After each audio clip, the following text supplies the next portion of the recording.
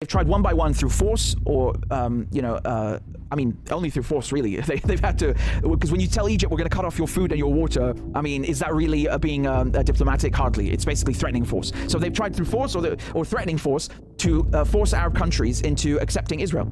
And most people in these countries don't want any ties with Israel. You know, Morocco, for example, basically the deal was that the United States will recognize their dominion over the Western Sahara, and then Israel will sell them a bunch of spy satellites and cyber weapons and so on. And Israeli diplomats at one point couldn't even find apartments because everyone would refuse to lease them or rent out an apartment to them. Can you imagine? As soon as they found out that they're Israeli diplomats, they're like, fuck that. And that should give you an idea of the kind of public sentiment that people have, despite whatever you may hear in the media about normalization and Abraham Accords and this kind of stuff. Now, with Syria, I don't think don't expect anyone to go and, you know, throw up their arms and start a revolution now and go wild because, oh my God, how can we normalize with Israel? No one is going to give a crap. I can guarantee you. You know why? Because people are tired of the war. And honestly, that's a pathetic excuse if you ask me. And it's very easy for me to say, of course, but everyone who's Syrian was affected by the war.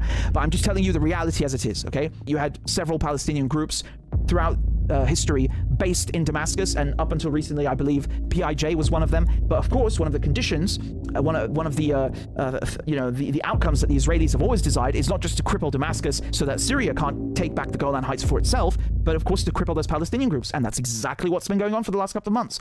Exactly what's been going on. So the so-called Syrian government, this new regime, have been dissolving and disbanding all the Palestinian groups that are based in Damascus, including PIJ and so on. And they've been arresting the members, you know, and who the hell knows what else they've been doing, whether they've been handing them over to the Israelis for torture or just torturing them directly in Damascus.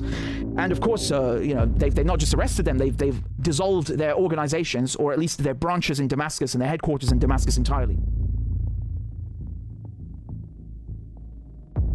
So you couldn't wish for a more subservient, cucked, beaten down regime or vassal than the current Syria if you are Israel. You know, if I were in Tel Aviv in December, I would be popping fucking champagne over what happened in Syria.